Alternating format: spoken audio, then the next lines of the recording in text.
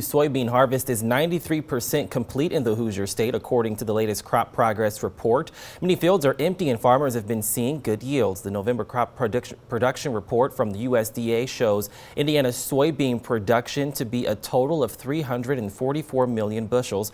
The yield is forecasted to be 59 bushels per acre. That's down from previous months where it was forecasted to be 60 bushels per acre. Purdue Extension soybean specialist Sean Castile says 60 bushels would have tied the state record. However, Castile says harvest has been great this season and 59 is still a great number. That yield level is still above our trend yield, so it's still very good. I think some of our early beans planted early matured before the saving rains that came in, so like up in the northwest part of the state, we had some of those areas that just didn't get the water that they needed, and so the yields maybe weren't quite as good as the fuller season beans. A lot of the other people that had good timely plantings and full season beans have been exceptional yield. Castile says there hasn't been any major issues. He says there were a few diseases that popped up in season, like green stem. He says once we dropped down and had a few cold nights, that killed it. Castile says luckily no diseases were widespread or devastating. At least 16 high school athletes were injured after an allegedly intoxicated truck driver crashed into their team bus. Authorities in Warsaw say the crash happened Saturday night.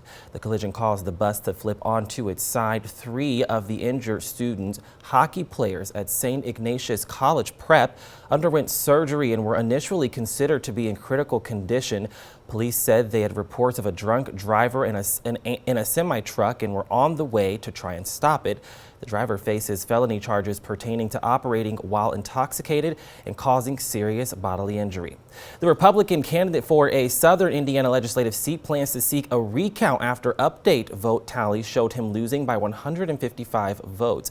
The Clark County Election Board released unofficial results Friday that gave Democratic Representative Rita Fleming of Jeffersonville the slight lead over Republican Scott Hawkins, wiping out a 35-vote lead that Hawkins had in preliminary totals issued Tuesday night.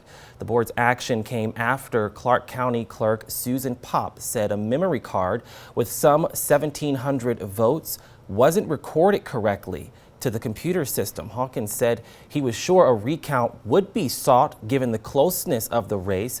The results for an Indiana House seat in the Bloomington area also tightened as Monroe County officials added about 6,600 ballots that were cast in the final days of early voting. Initial results from Tuesday night had Republican Dave Hall ahead of Democrat Penny Githens by more than 1,000 votes. The revised totals slashed Hall's lead to 37 votes. Candidates have until November 22nd to request a recount. Republicans will maintain their large majority in the Indiana House regardless of the outcomes in the 2 races.